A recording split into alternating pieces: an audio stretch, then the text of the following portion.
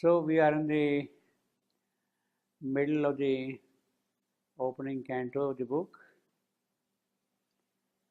of love, the distant meeting place. Last time we met a few creatures, a white crane, peacock, parrot, and dove, and of course the far-winged wild drakes. And in that surrounding, at the foothill, at the foothill of the mountains, aspiring to heaven, earth couched alone with her great lover, heaven, uncovered to her consort's purple eye. That is the image of the earth under the blue sky, clear blue sky. Earth and heaven, they are the lovers. Separated away, perhaps permanently, but they had to come together. They have to come together. Now, earth and heaven is a very common kind of a description in the Rig Veda. It is very often presented as something complementing something. Earth, the material creation. Heaven, the spiritual possibilities. It is their coming together is what is generally indicated in the Vedic phrase. The Vedic phrase is Java Prithvi. Prithvi stands for earth, Prithvi. Java, that is heaven. Java Prithvi. Now, Java is a very common word in the sense that Java, its root common things are Divya, Deepta, Devi, Deva. See, all of them are godly phrases. Even Dio, the Latin Dio, D-A-U, or English Dio, they have got the same root basically. So, Java, Prithvi. Prithvi is the earth. Now, Prithvi or the earth in Sanskrit is represented by different words. Prithvi is one word for earth. Bhumi is another word for earth. Now, each description of earth as Prithvi and as Bhumi has its own connotations. Bhumi comes from the word bhu, vast, who expands, who grows. And the eternal, Brahma himself, is sometimes described as Bhuma, Bhuma, the male Bhuma, who expands, who grows. Grows in terms of manifestation. That is the idea of the word Bhuma, who expands in manifestation, who grows constantly. And the feminine of that is Bhumi. Bhumi stands for that, you see. Therefore, she is the one who has the potentialities of growth, of expansion, of progress, of development, of, you might even call, evolution. Although the word evolution is not explicitly used in the Vedic terminology, but one could kind of link it up with evolution, Bhumi. Prithvi has the aspect of a certain kind of a solidity, denseness, firmness in it. And in the description of the 5 elements, we have the 5 subtle elements: Akash, Vayu, Agni, Apa, that is Apa, and then Prithvi. So it is Akash, that is sky, ether, then Vayu, the air, that is the second element. The third element is fire, the mystic fire, Tejasa or Agni. The fourth is water, Jala, as you would call it, you see. And the fifth is Prithvi. So in the material creation of what is occurred in spiritual, when it becomes material, the gradation starts from the sky down below to the earth. The spiritual, so to say, is there, and the solid material is here. So Prithvi stands for the base, for the support, for all that kind of an activity which gives a kind of firmness to things, you see, Prithvi. So it is in that sense, Prithvi as the material base, earth as the material base, heaven as luminous spiritual possibilities, they are seeing each other. That is what the line would mean. Earth couched alone with her great lover, heaven. Obviously. Now here that could be a kind of a metaphysical description of what I was saying, but this is a poetic way of saying the same thing, and very pertinently in the context of the book of love, you have the description of earth sitting is under the gaze of her lover, heaven. So the connection of the book of love and earth and heaven as lover and beloved is that way very appropriate, you see, in that sense, you see. Earth couched alone with her great lover, heaven. Alone, that would of course mean that there are no other beings. There are no gods, there are no titans, there are no hostile forces, there are no celestial forces, not even man perhaps. She is alone, and she is the beloved of her lover, which is heaven.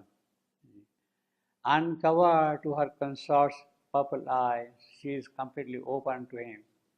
His purple eye of majesty, of royalty, purple. That is what it stands for, royalty, purple. To his purple eye, she is keeping herself totally open, exposed. So it is, in that sense, very appropriate also, metaphorically, that it is the coming together of Satyavan and Savitri. In that sense also, see, earth couched alone with her great lover, heaven, uncovered to her consort's purple eye, in her luxurious ecstasy of joy. Now, you see, you have to, while reading this poetry, you have to see the other connotation also. There is a geographical picture also. Here, the meeting place, the destined meeting place, is a lonely place. It is isolated from busy civilization. It is completely cut off from all kind of urban activities in that sense. And therefore, earth and heaven, they are there alone, sky and earth. And obviously, in that luxurious ecstasy of joy, luxurious richness of mountain, trees, found rivers, found brooks, birds, animals, everything is there. So in that sense, there is a kind of richness of nature there. And she is joyous about it, ecstasy of joy. Now, see, this is a very beautiful phrase, ecstasy of joy. They are basically same, ecstasy and joy, but ecstasy is of a different kind. It could be ecstasy of joy, it could be ecstasy of delight, it could be ecstasy of bliss, it could be ecstasy of happiness, it could be ecstasy of knowledge, ecstasy of love. All those things are there, but this is an ecstasy, is kind of an absorption into that quality. That is what the ecstasy would mean, you see. Ecstasy of joy. She squandered the loud music of her notes, obviously. The picture of love is there again all through, squandered very freely. It's luxurious, so she doesn't mind. And purple joy, purple richness is there everywhere. The richness is there. So richness of notes is also there. Squandered the love music of a note, love music, the wind rustling to the woods, the rivers making gurgling sounds, the murmur of the stream, the stealthy prowl of the animals, the birds singing. So these are the notes of the music in that place. And she is happy in the company of all these natural creatures. Wasted the passionate pattern of her blooms and festival riot of her scents and hues. So that is the richness of the place. So there are all kinds of flowers, all kinds of fragrances are there. The richness of nature is what is indicated there. So, well, this is very appropriate. It is going to be the description of a royal marriage, a celestial marriage, and therefore it has to be rich in every respect from that angle. The wasted, the passionate pattern of her blooms, flowers of all kinds, on the trees, on the shrubs, on the grasses, small plants everywhere. A cry and leap and hurry were around, the stealthy footfalls of a chasing thing, the shaggy emerald of a centaur mane, the gold and sapphire of her warmth and blaze. That is nature, that is earth, the primeval earth, the original earth. Cry and leap and hurry. See how leisurely he keeps on describing all these small details. And see the metrical also, this line is a perfect iambic line. A cry and leap and hurry would around. So that is how the metrical beat goes on, you see.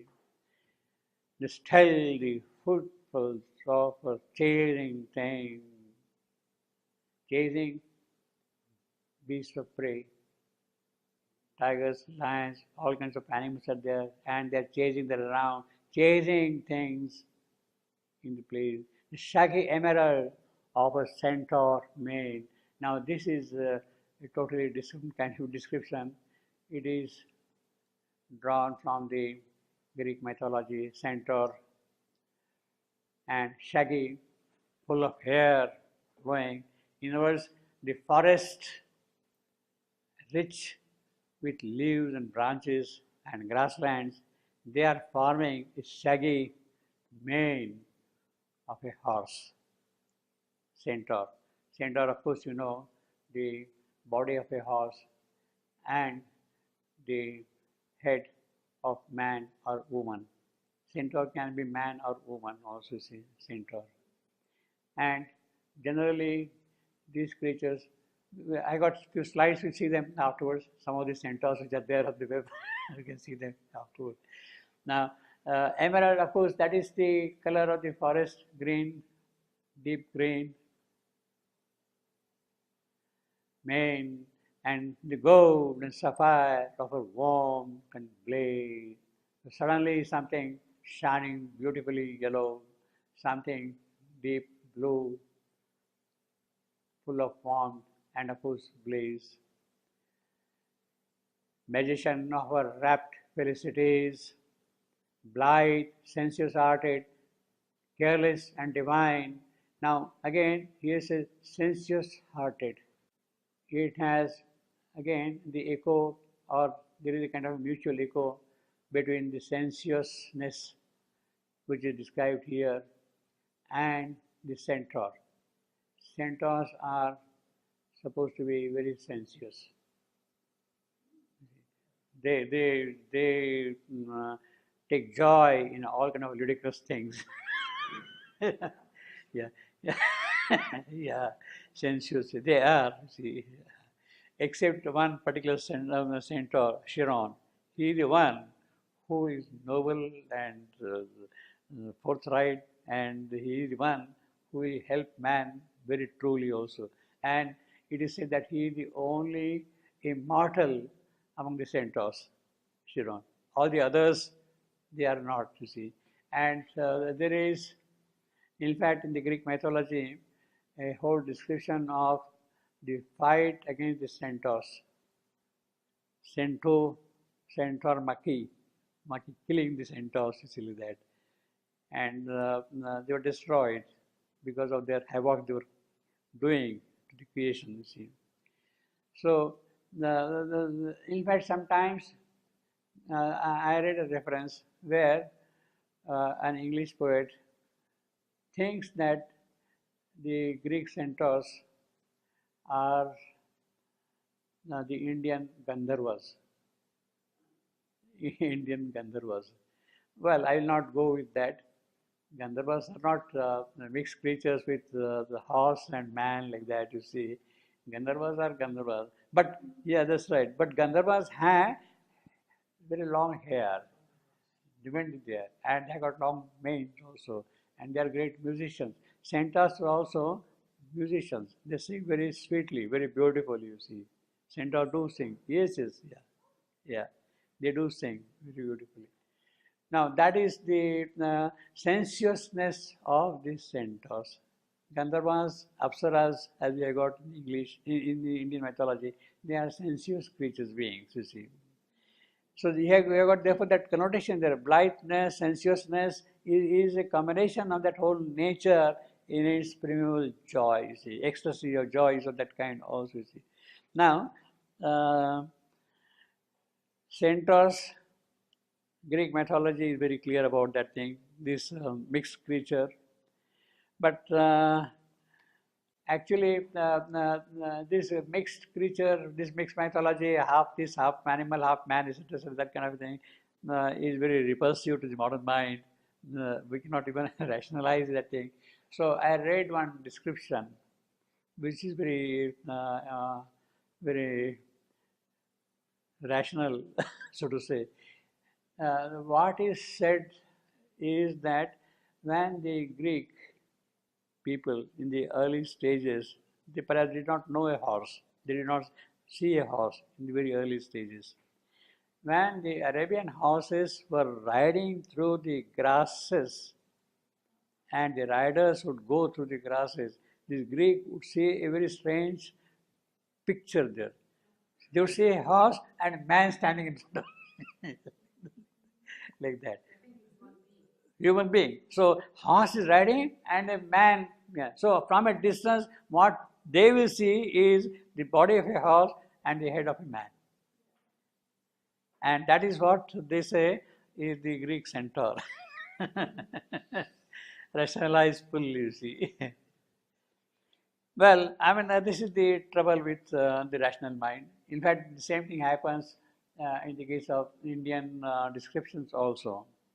See, for instance, now it is unimaginable for the modern mind to think that Rama had his army made of vanaras, monkeys.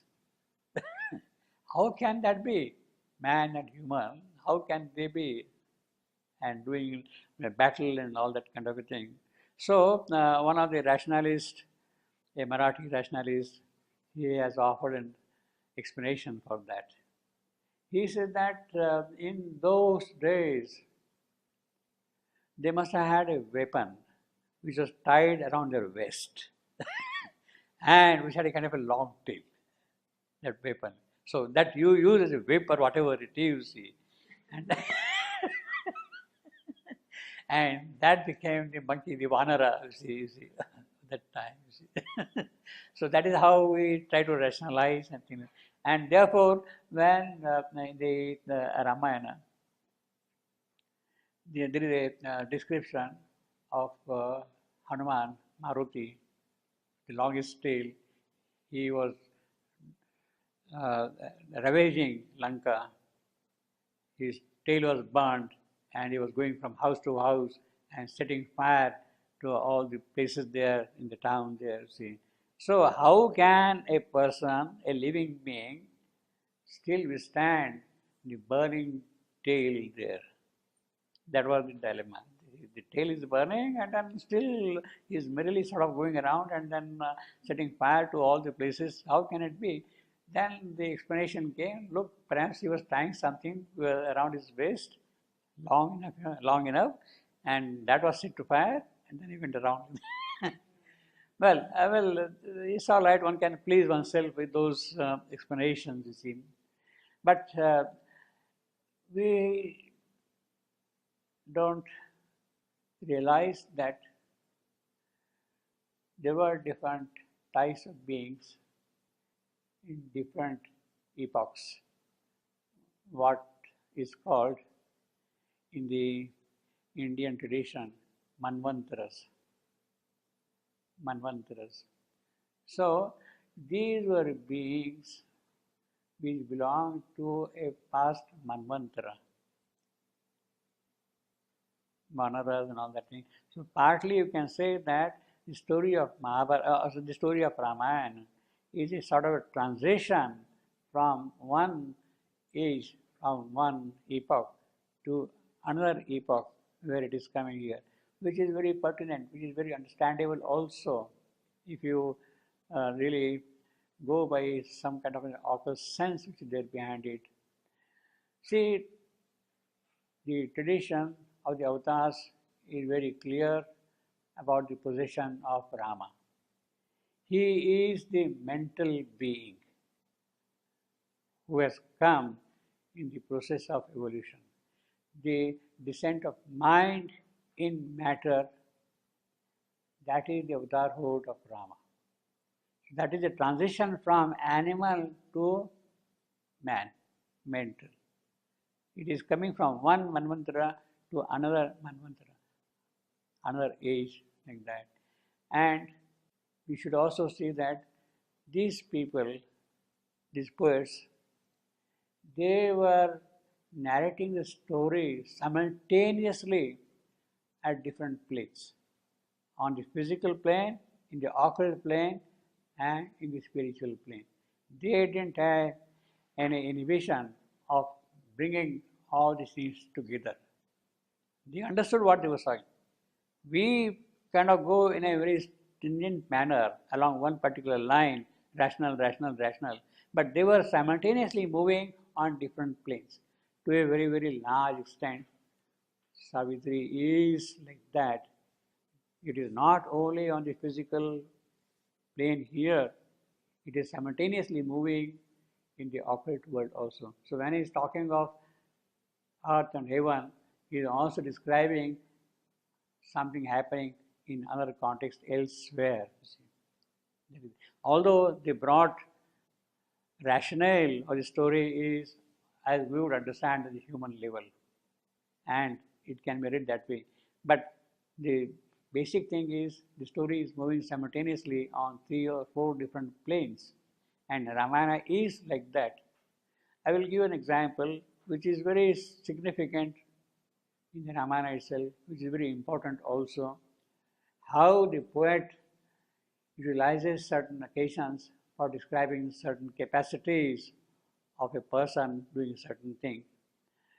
See, the episode is something like this. In the Ramayana, Sita has been abducted by Ravana. He has carried her away to Lanka, Sita. And now Rama is in quest of her to find where she is.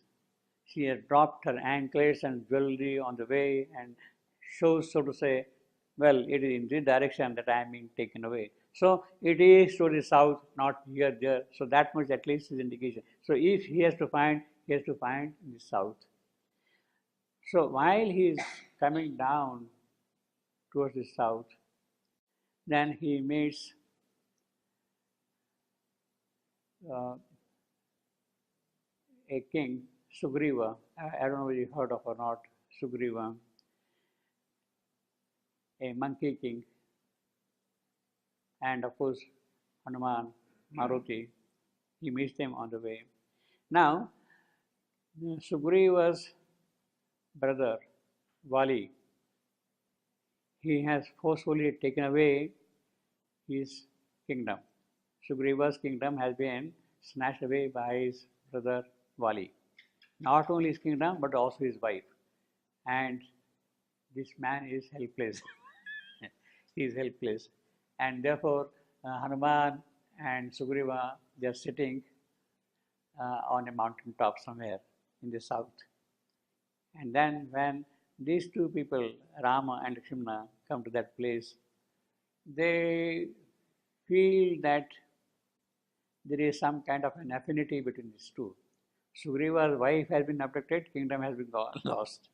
Rama's also has been same thing, story more or less, and therefore they thought that maybe we could be companions. We could join hands together and do something together, you see. So they come together, and Sugriva knows the strength of his brother Vali. He is a very strong man, and he wants to test Rama, whether Rama can withstand the force of Vali, his brother, whether he can defeat him in a battle. He applies a test to Rama. Then only I can be your companion. If you are a weak person, then I don't care about you. If you are a strong man, then maybe we can come together. So that is the test he has proposed for Rama. And the test is, he says, look, there are 7 tall, hefty, strong trees, teak wood trees, ebony trees, thick, strong, in one line, like that. And he says that if you can shoot an arrow and pierce through one of the trees, he tells Rama, if you can pierce the arrow through one of the trees, then I know that you will be able to defeat my brother Vali. That is the test he has proposed. And then Rama takes the arrow and bow and shoots the arrow. And the arrow pierces through all the 7 trees completely. And this man is convinced, yes, he is the person I can be friends with. And he is the person who can defeat my brother Vali. Now, this is a story at a different level. You see, piercing with an arrow, ordinary arrow, 7 ebony trees like that, thick, solid, you see, and one after the other like that is impossible, you see, humanly, you see. But the occult sense is very clear. The occult sense is very clear. His force can penetrate through all the 7 worlds. Wherever it be, strong, solid. Why 7 trees? See, the person, the poet is a rishi, is a person who has occult knowledge of all these things. 7, why 7 trees he has put there in the row like that, you see. So his power is there which can really penetrate through all the 7 worlds. That is what the connotation is. The significance is very clear about it. It is very openly written on the story itself. But modern mind would not understand that, you see, basically. So it is that kind of a test which was applied by Sugriva to Rama, and then they became friends, etc., etc. The story starts from that on. Therefore, I say that even when we are talking of this meeting place, it is very obvious that it is something which is deep. In fact, let me sort of quickly skip for a minute and go to the opening sentence of the next canto. No, wait, afterwards. The opening sentence. See, what does it say now? all she remembered on this day of fate. See, that is enough. Simultaneously, you can see where things are happening, how things are happening. Savitri is coming to this place, and he says she remembered all these things already. The road that hazarded not the solemn depths, etc., etc., that thing is. But the opening sentence, all she remembered on his day of fate. That tells you that the story is narrated simultaneously at different levels. At different levels. That is the important thing about it. In fact, that is the beauty of Ramayana. And in that sense, Ramayana is much richer than the Mahabharata. In terms of these connotations, it is much richer than Mahabharata. Story. To a large extent, we have also certain things of this kind in Homer. Very clearly, very obviously. All these things, centaurs, these creatures, these poets have seen somewhere else already in their occult vision. When he talks of through the ivory gate, see, suddenly it's a different thing altogether, through the ivory gate. A gate which is a kind of an illusionary hope which gives you. You see, when towards the end of Odyssey, when Penelope is about to meet Odysseus, she dreams for a while whether I was passing through the ivory gate, whether it's an illusion. You see, that kind of thing. So these people are already simultaneously writing this story at different levels. That occultism is there very richly in all those poets, you see. And that is what really makes poetry enduring. If you really grasp the sense of it, you see. Savitri is like that. Yes, you want to say something? Yeah. So, magician of our rapt felicities. Who is that magician? Of course, her lover. Heaven. Magician of our rapt felicity, blithe, senses-hearted, careless and divine. Life ran or hid in a delightful rooms. Behind all brooded nature's grandiose calm. And then you have the most wonderful line here. Primeval peace was there, and its bosom held undisturbed the strife of bird and beast. That is the strength of true peace. Strength of true peace. All the vital instincts of killing each other, strife, struggle, they suddenly fall silent, fall quiet, become ineffective. So, a deer and a lion, or a serpent and a mongoose, they can stay together because they are under the full dominance of imperturbable peace. It is that peace, primal peace. And therefore, these creatures can live together, you see. That is why they were happy. Deer and lion, tiger, beast of prey, everybody. Man, the deep-browed artificer, had not come to lay his hand on happy, inconscient things. So that is again very indicative of the time when this is going to happen. The first meeting of Satyavan and Savitri, which is also a meeting which keeps on repeating, which is also a meeting which takes place in eternity. Man, the deep-browed artificer. By the way, I was talking about Vanara and all that. In the case of Rama and his army made of Vanaras, monkeys. Now, there is a very, very detailed description of that in the record of yoga. Record of yoga. Very long description. And maybe practically a full chapter is there in the record of yoga. And from there we can very clearly see that the time of Ramayana belonged to the earlier epoch, to the earlier Manvantara, before this Pralaya.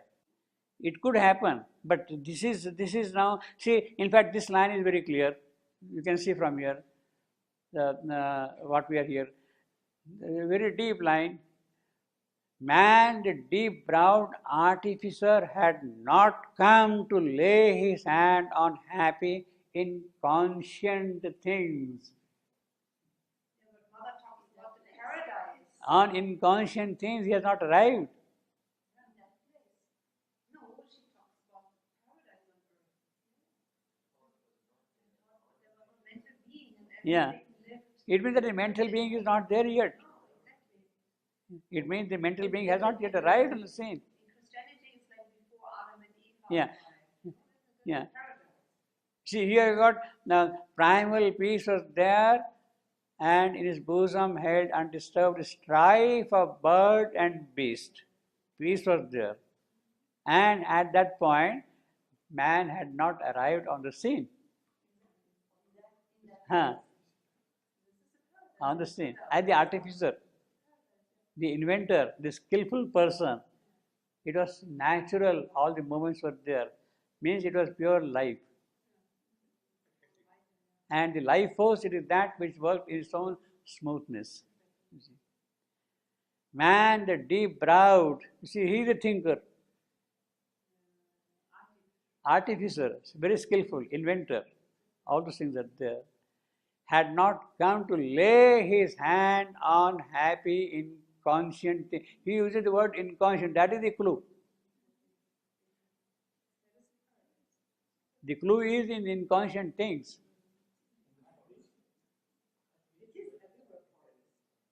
So this is a story which is a much deeper story than one can think of, you see. Ask Mother. She would have been able to reply. Yeah.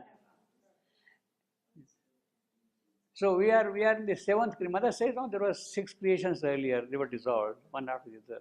We are in the 7th creation, and she also says now there is no going to be any pralaya. Yeah.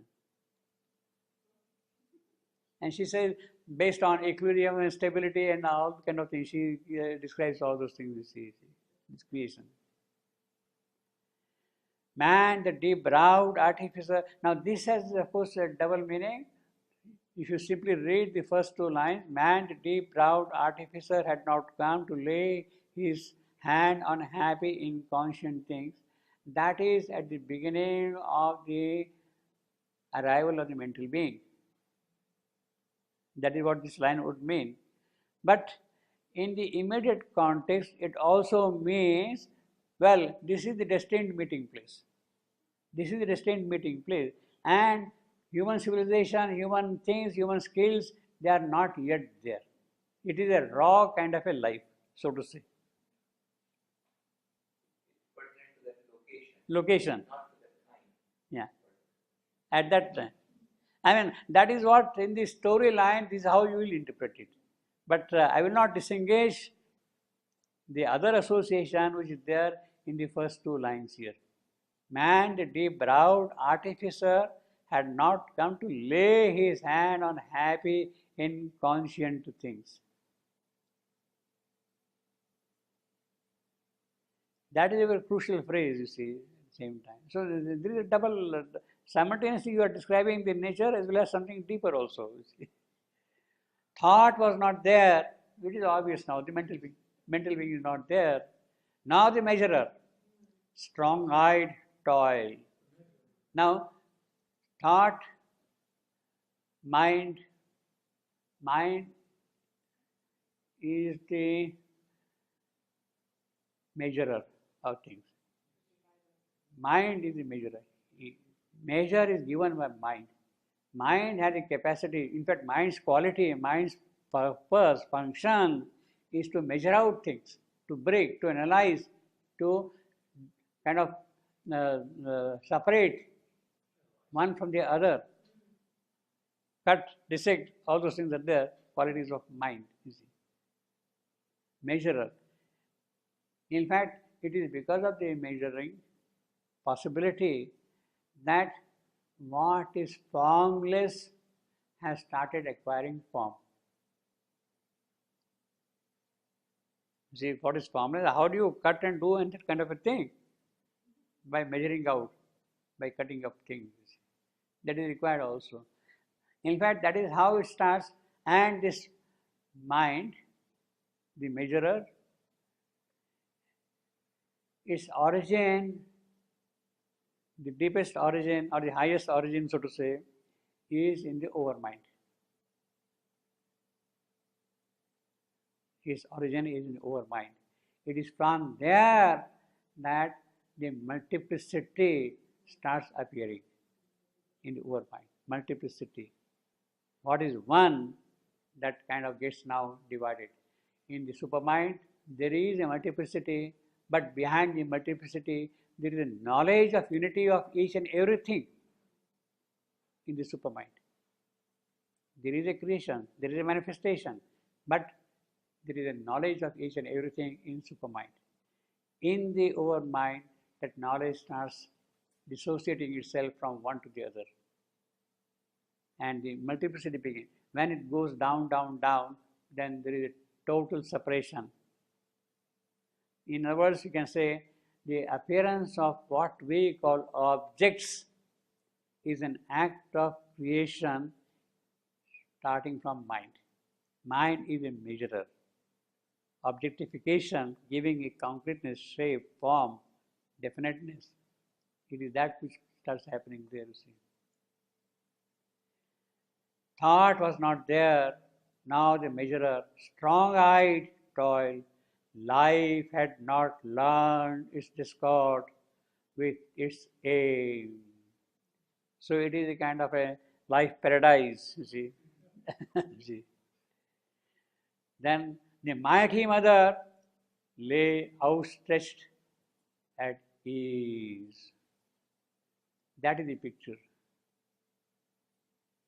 Here, of course, again, in the immediate context, the mighty mother stands for the physical nature there. In the immediate context, the physical nature, all that is being described here. She is the mother who has given rise to all these things so far. But mighty mother does not stop with that.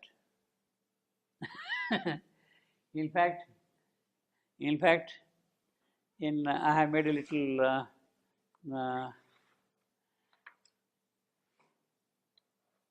note here. What I want, the phrase "mighty mother" appears 15 times in Savitri. The phrase "mighty mother" appears 15 times in Savitri.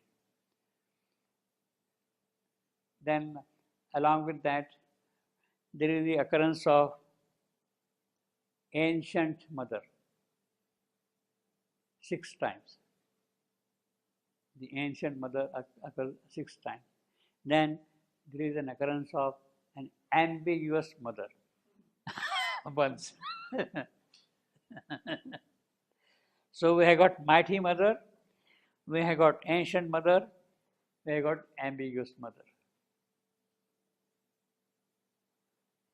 15 and 6 and 1. Pardon? 1, only 1. It will come shortly here. It is here, 101.20. This was the scene with the ambiguous mother.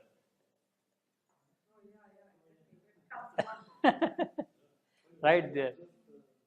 This is the only occurrence here of ambiguous mother.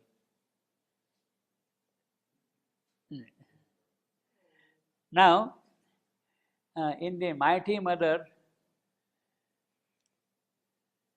there is a difference between one occurrence and the other occurrence.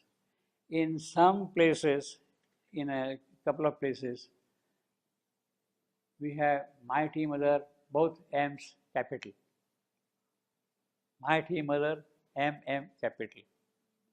In other places, mighty M is small and mother is big. That also brings out a certain kind of a difference between these mothers, mighty mother and mighty, whatever we call it. Now, the mighty mother, let me quickly see, for instance, 13.2. Now, this is belonging to Ashwapati's yoga, the secret knowledge.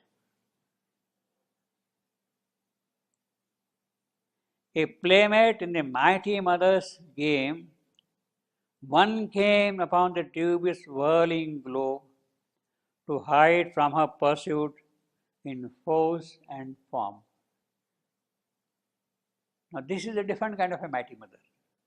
You can see that this mighty mother is not the same thing what we have in the present context, you see.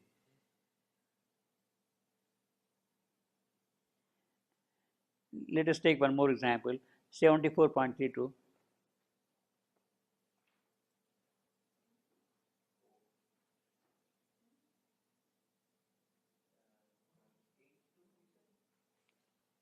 .3 to 32.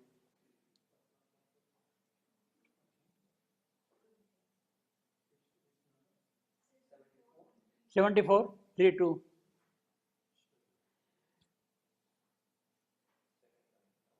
Deep peace was there, but not the nameless force. Got it? Deep peace was there, but not the nameless force. Our sweet and mighty mother was not there. What a sorry state. Who cares about that place if she is not there? Huh? This is in the self of mind, in the mental plane, you see. Our sweet and mighty mother was not there, who gathers to her bosom her children's lives, her clasps, etc., etc. Now, this is again a different kind of. You want to note down where these occurrences occur? I can give you, if you like, all the mighty mothers.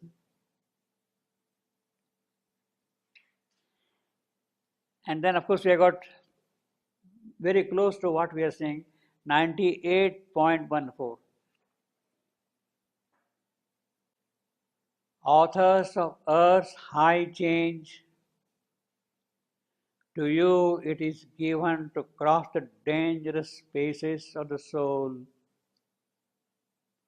and meet and touch the mighty mother, stark awake, and made omnipotent in this house of flesh, and make of life the million-bodied one. Now, this is a totally different kind of a mighty mother. She is the mighty mother of the omnipotent force. Of the omnipotent force. This is what Ashwapati is saying in his trance vision, and this is what he is going to tell to Savitri.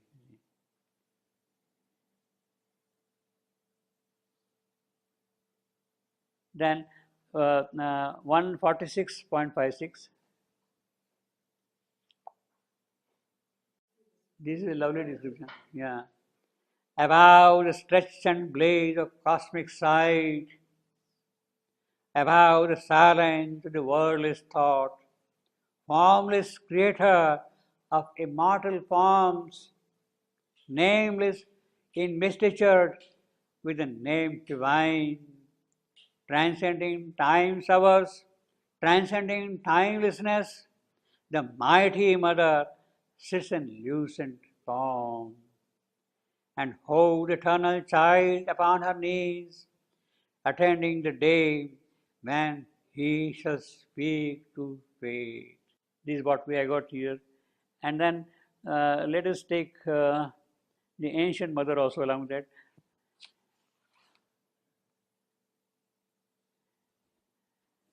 Hundred eight, 120, 20.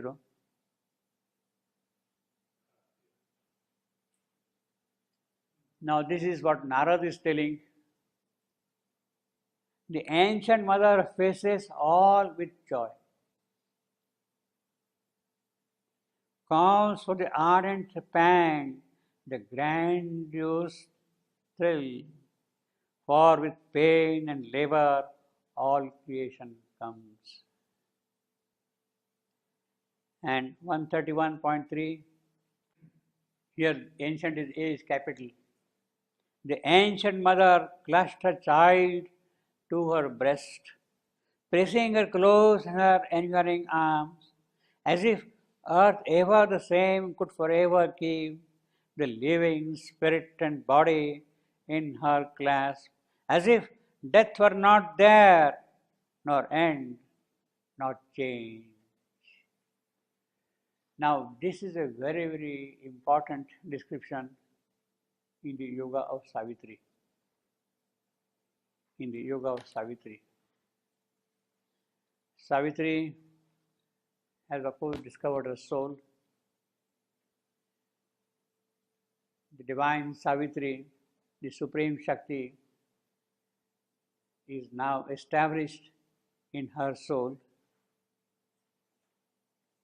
She has already achieved the Siddhi. Divine Savitri is already seated now in the soul of human Savitri. But that is not enough. That is not enough. You may get the divine power in your soul, it is not of much avail. It is necessary, but not sufficient. Because what about nature? What about nature? Soul is all right. Your physical, your mental, your vital, all the elements which have sprung up from the inconscience, they are going to create havoc for you in your life, in your further development. You may sit in your soul, but that remains as it is. The physical, mental, vital, they remain as it is. What about them? So at that point, Savitri is told, after finding her soul and this identification of establishing the force in her soul, she is told, look, Savitri, you have to also see about the physical nature. It is that which will come in your way when you are confronting death. It is not by the soul force, but what about the physical? That will come in your way when you are confronting death. And death will catch hold of you there. That is not sufficient. So she is told very strongly, you have to annul yourself totally. All your physical, vital, mental, whatever you have got here of this nature, they have to totally disappear. You have to become God's void. Annul yourself totally. You have to become God's void completely. Empty out, because they will come in your way otherwise. And make room only for God to be. Empty out yourself fully, that you are making yourself fully God's. The way God would like to use you, utilize you, leave it to Him. Empty out yourself. And that is the true nirvana in Shivendu's yoga. What is nirvana for Shivendu? It is to take away all that belongs to the inconscience. It is that which has to disappear. It has to be blown out. Nirvana. That is the true nirvana in this yoga. Blow out that thing fully. And Savitri attains that nirvana. Now, when she is told, empty out yourself fully,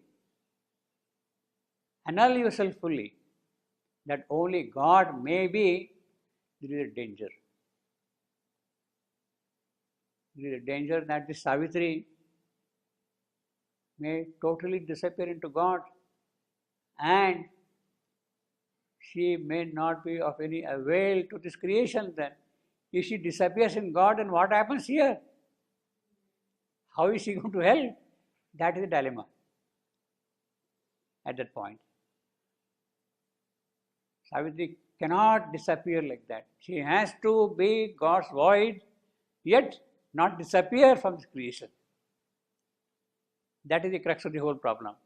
And it is at that point then this ancient mother clutches her child back.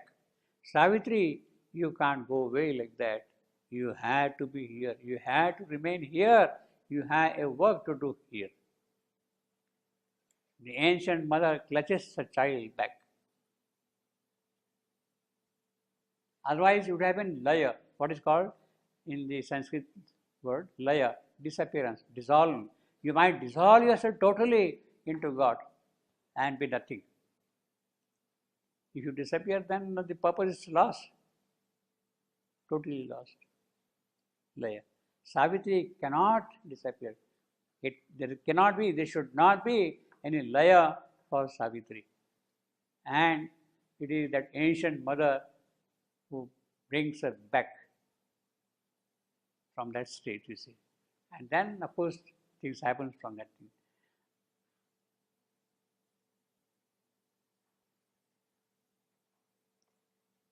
Actually, this laya, this nirvana of Savitri is necessary, yet at the same time she cannot disappear. In the story of Ramayana, let's go back to Ramayana again.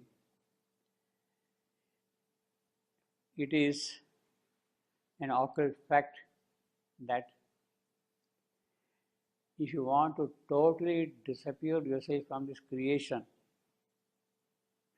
totally disappear from this creation, if a particular soul wants to be away, totally away from nothing doing, nothing, dissolve totally from this creation, then there is a possibility of merging into the Supreme. So we are out of manifestation, totally. Ravana thought the best way of disappearing from this entire creation is by making God himself as his enemy and merging into him. So Ravana's fight against Rama is a mechanism, is an operational trick, so to say, of merging into the Supreme. He fights with Rama and totally disappears into him, into the Supreme. That is the laya. It means that he says, I am sorry, I don't want to be now anymore in the creation. I want to be out of manifestation. Enough of it, so to say. So he walks away like that by making God himself as his enemy, in that sense. He walks away from that. Now, well, that is a soul's choice. You can't help it. It can be like that. So make God your enemy, and then, but then really be strong so that God comes out with full force and dissolves you in him totally, absorbs you fully in him. You see, that is for exceptional. That is the story of the old Manvantara. Again, you see, all the strong, vital force which is there, that has to disappear. The full vital force, the asuric force which is there, that has to disappear. And that can disappear only by merging into the Supreme. And that is the end of one cycle, of one Manvantara. So that the new Manvantara then begins. With that, the mental being steps into the picture, comes out. So that the vital is now totally gone into the Supreme that we see. It stands for that, you see. So in a certain sense, Ravana's contribution is a very positive contribution to take evolution forward, to take it forward, make it move forward. So this ancient mother is something different here. See, now you have to see when Sriaurobindo uses the mighty mother or the ancient mother and things like that, you have to see the context also. It is not one single phrase with a fixed dictionary meaning that you have to see. You have to see also contextually all those things. In the present context here, the mighty mother lay outstretched at ease. This is, of course, on the face of it, the description of nature. On the face of it, at once. But she is also at ease because what is intended is going to happen. So she is comfortable. She is happy. The destined place is there. The destiny is going to take shape here. So she is contented. She is happy also. Both things are there simultaneously in that phrase. Lay stretched at ease, nothing to worry. You see. All was in line with her first satisfied plan. Now that is why she is happy and at ease. Things are moving in the right manner, in the right direction, coming to a kind of resolution at a given moment, at a given point of time. And therefore, all was in line with her first satisfied plan, moved by a universal will of joy. The trees, now the poet is giving a slightly different picture here. The trees bloom in the green felicity, and the wild children brooded not on pain. Wild children, animals, the beasts of prey,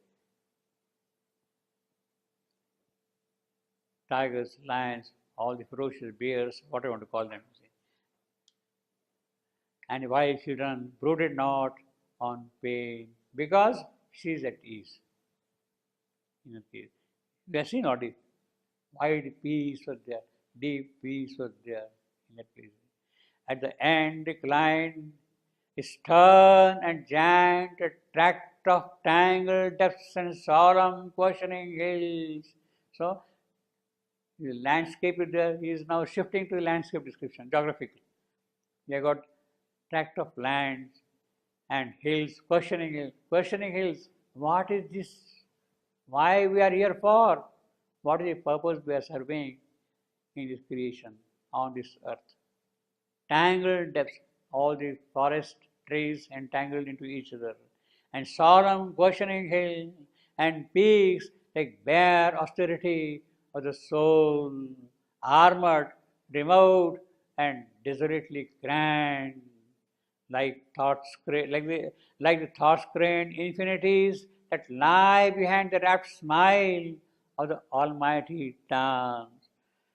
Now there is a sudden shift of description here.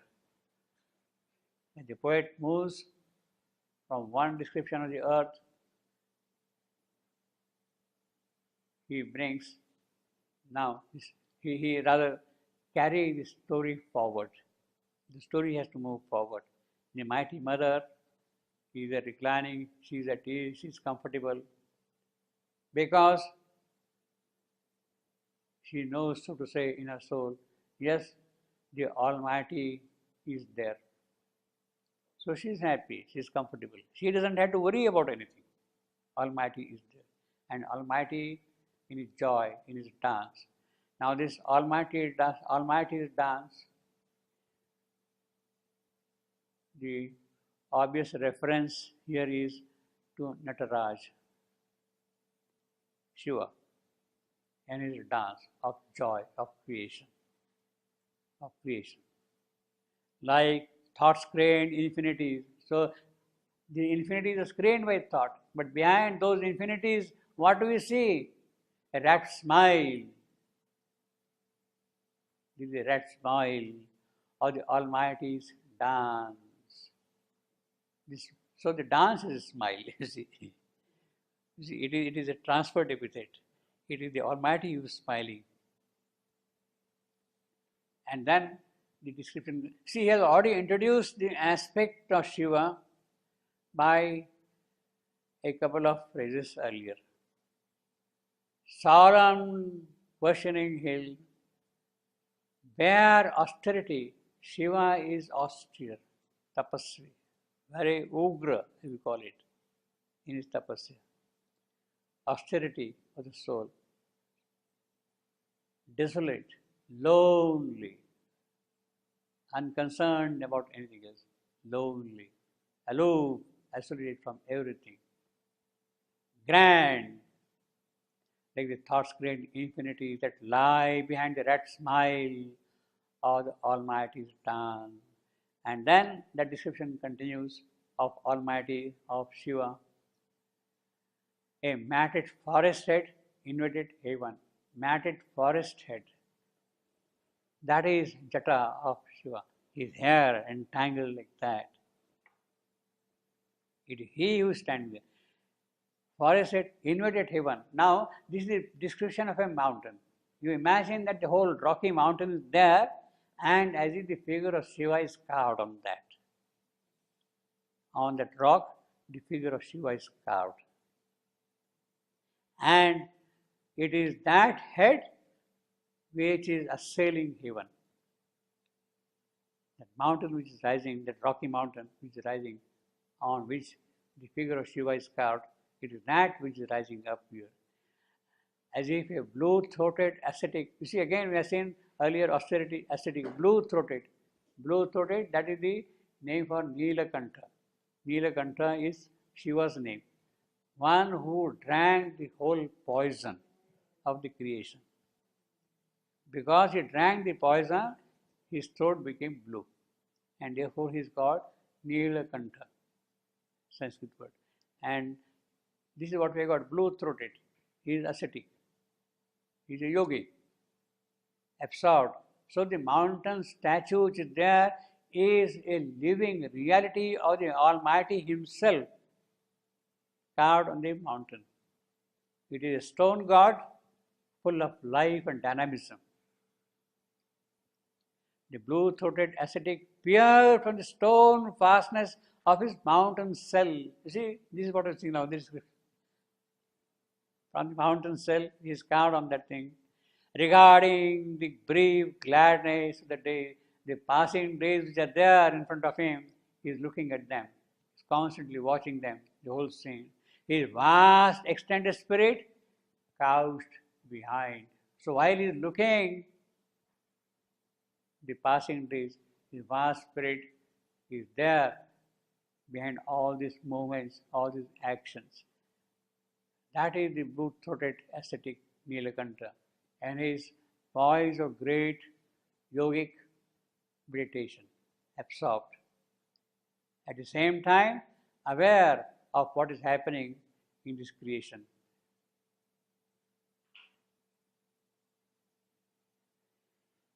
A mighty, yes? You want to say? Why does he bring? Yeah, we'll see that. Okay. Okay, yeah, it's true. Why does he bring Shiva? Suddenly, such a. Yeah, suddenly from the mother, the scene has shifted from the mighty mother to Shiva, you see, to the Almighty, you see. Now, obviously the references are very clear also in a certain sense. He says dance, Shiva's dance. Yeah, but why does he? Yeah.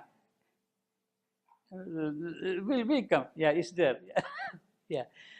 Basically, Shiva is, as the mother says, he is the Lord of transformation, God of transformation. Transformation. Brahma is the creator. Brahma is the creator. Vishnu is the sustainer who opposed this creation. But the transformation is by Shiva. So, in the context of the whole story which is being developed, it is quite pertinent that it is Shiva who should come here on the scene. Creative dance of Shiva, the way each dance, each facet of his dance is a creation of a new world. He constantly keeps on creating new worlds. That is what the dance means. The creative dance of Shiva means he is constantly creating new worlds.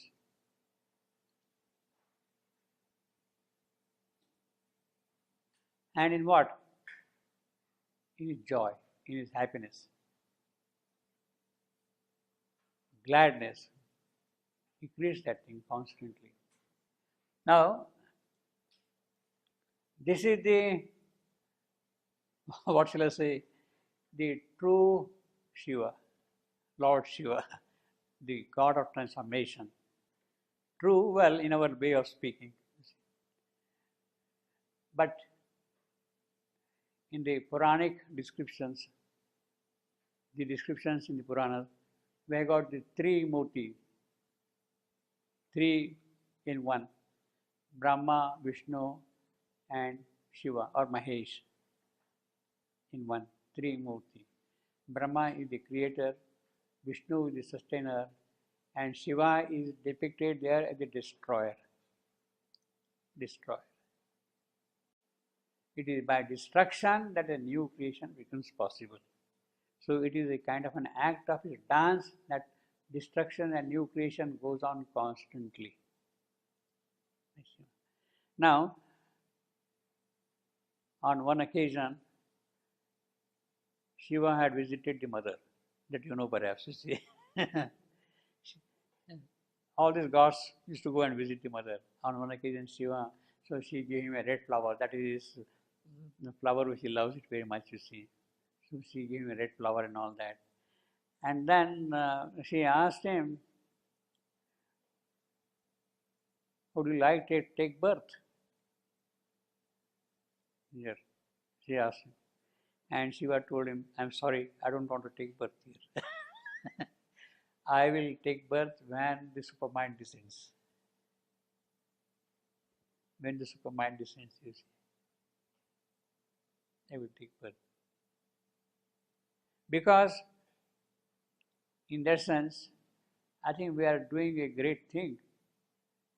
We have accepted the mortal birth, the mortal anguish, mortal suffering, passing through death constantly. It is only because of that the progress is there. In the typal verse, these gods remain fixed, static, stationary. They don't progress at all. They remain as they are. If you want to make progress, you had to take birth here. Mother had offered the same thing to Durga. She says, I'm sorry. Yeah. Who will take the trouble of all these things, you see? And she was, of course, admiring all the while these little things the mother was doing. And she said, look, it is because I got a psychic being. You don't have a psychic being. So how can you understand these small little joys, beautiful things in this creation here?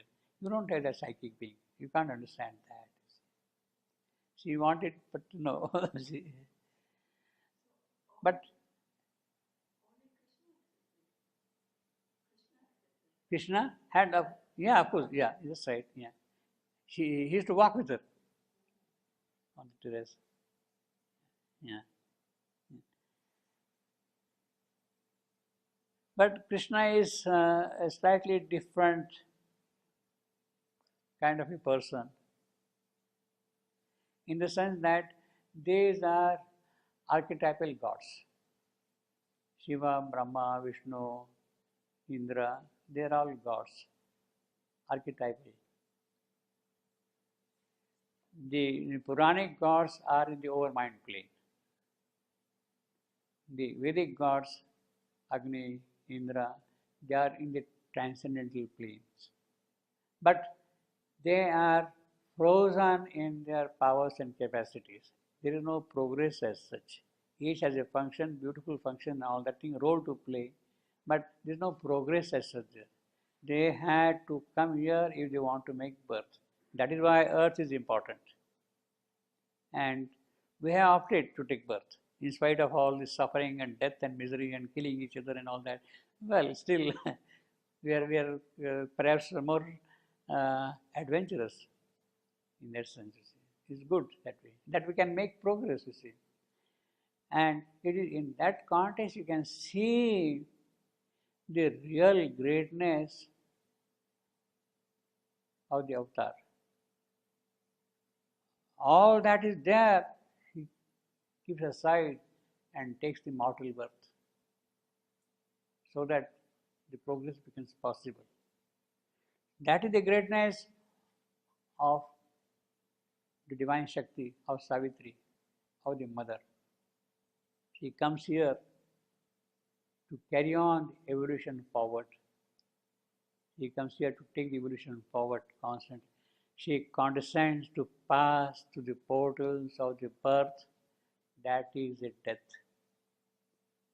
She agrees, pass through the portals of birth, that is the death. And she comes here constantly, all along. Now that is the greatness of the avatar. He comes here, identifies himself, takes all the human difficulties on him.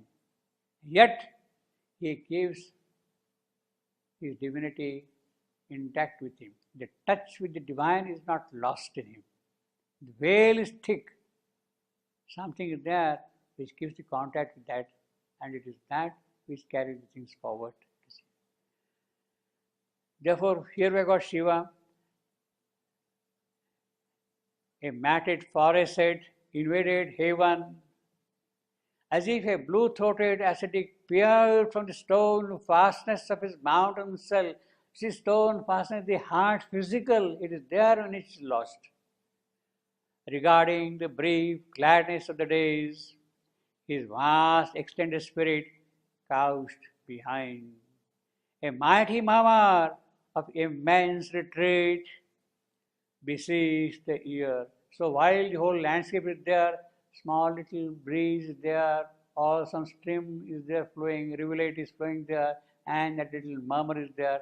It is that which one hears in that retreat. A sad and limitless call as of a soul retiring from the world. It looked as if you are not happy with this place and you would like to retire, you go back from here. This was the scene, the whole landscape, the whole distinct place. Now he's kind of summarizing. This was the scene. Why sad? In a certain sense sad, because, well, the lovers are going to meet here, but, well, the death is also going to occur here. By necessity, by the very nature of things, Satyavan is accompanied, has to be accompanied by death. It is inescapable. The shadow of death is always there with Satyavan. That cannot go away. By the very nature of things, the shadow of death is always there with him, and therefore there is a kind of a sadness. Yes, this is meeting place. They are going to meet here in this lovely place, but the shadow of death is also there present. Earth and love and doom, born of inconscience. That is what we have got in the very first canto. Earth and love and doom, born of inconscience.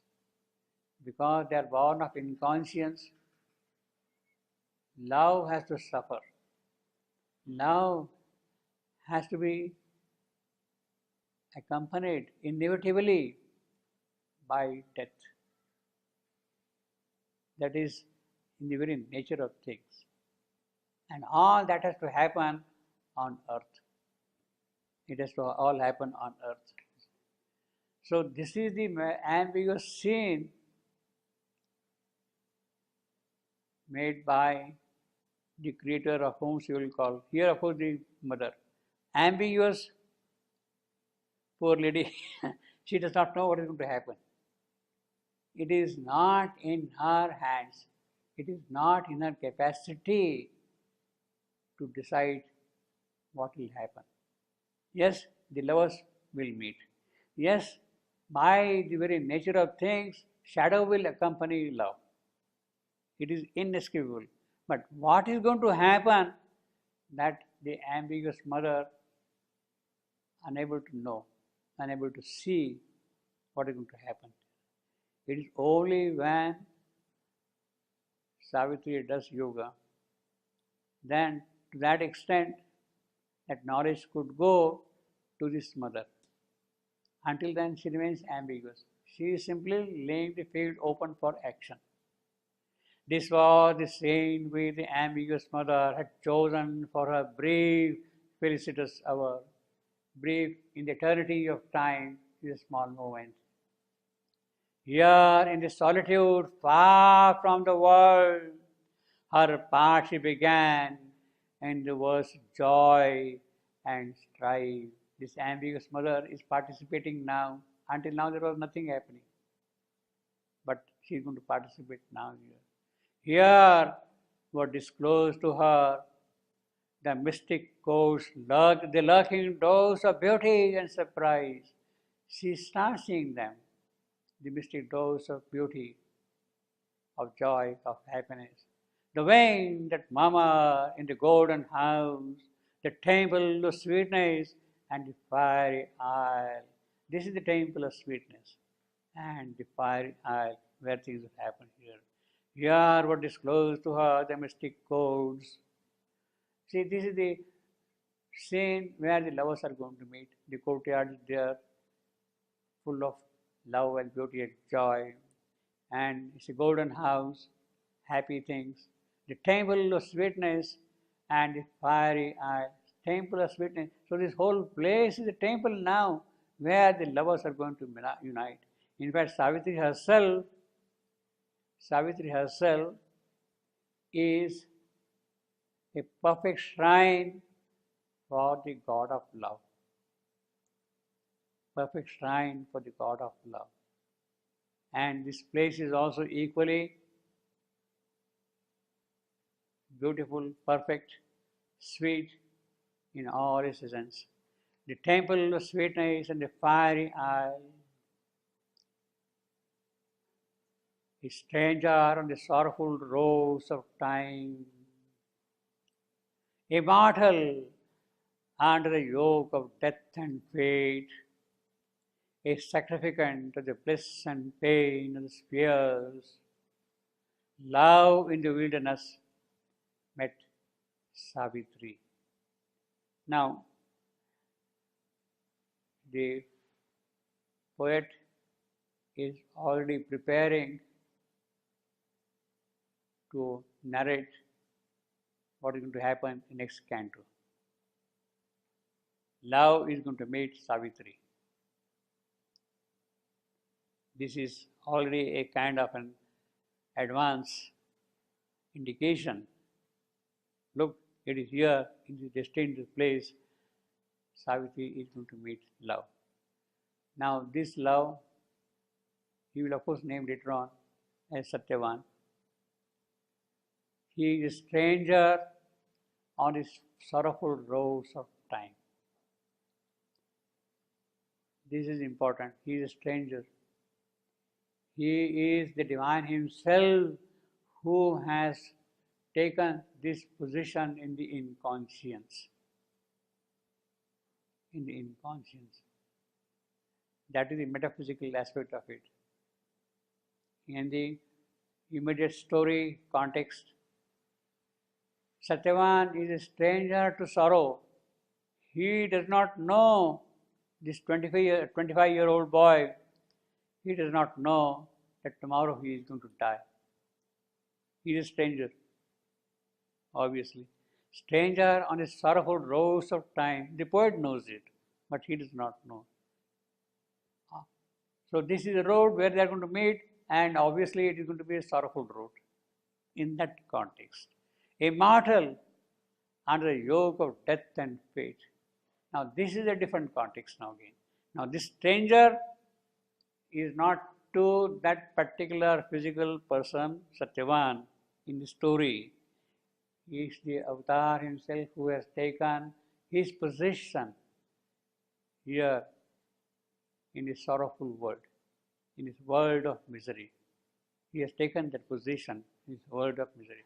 A stranger on the sorrowful roads of time, immortal, he is of course immortal, yet he is under the yoke of death. He is subject to fate because he has taken that position.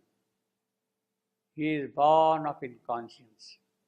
A sacrificant, he has sacrificed all his joy, happiness, royalty, whatever majesty, Aishwarya, as you would say, has sacrificed everything and come down here in the sphere of pain, in his world of pain. Love in the wilderness met Savitri. The poet is telling you in advance that look, here, this is the destined place. It is here Satyavan is going to meet Savitri. Sacrificant, because he has sacrificed himself. Now, this is a little complex line in many ways, and it can be twisted also. If you see the last line alone, love met Savitri. That is the main context of the whole sentence. Love met Savitri. Now, there are a couple of problems here. And we can be clever about these problems.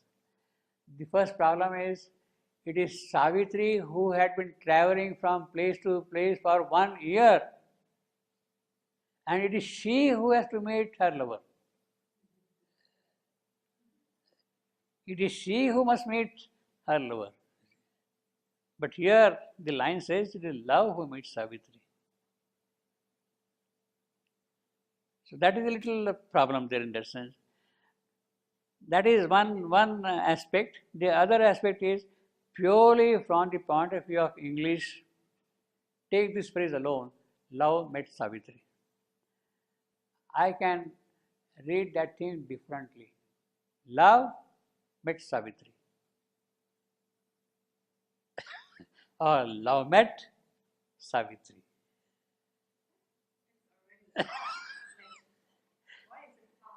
Love met Savitri. That is perfectly English.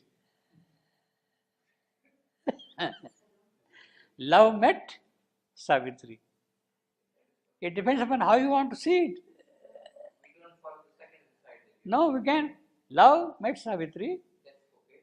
Love met Savitri.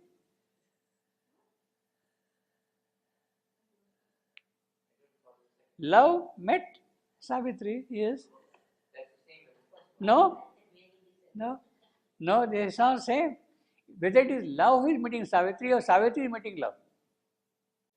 That's the beauty of it, you see. That's the beauty of poet's language. He is keeping, of course, the context is very clear in the sentence, but if you take this phrase alone, love met Savitri, I mean, I can always argue it is Savitri who was searching for a lover. So it is Savitri who should meet love. Because she has been going around for 1 year. No, but he is coming abruptly here.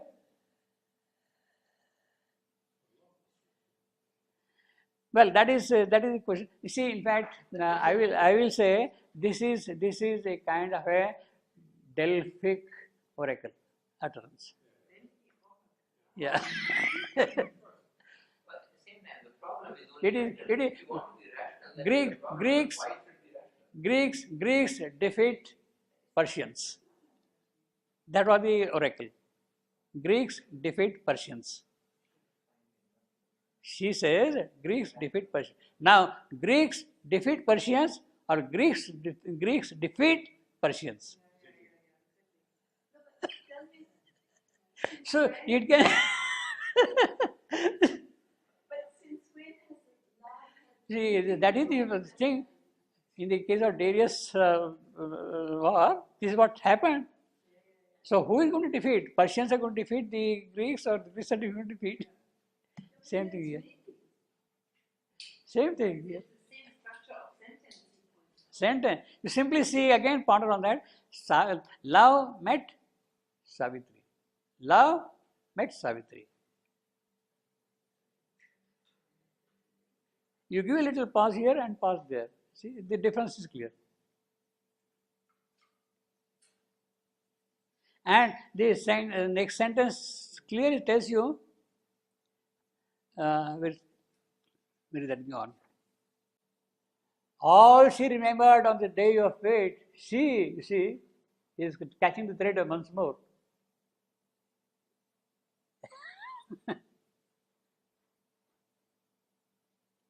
The very first sentence of the next.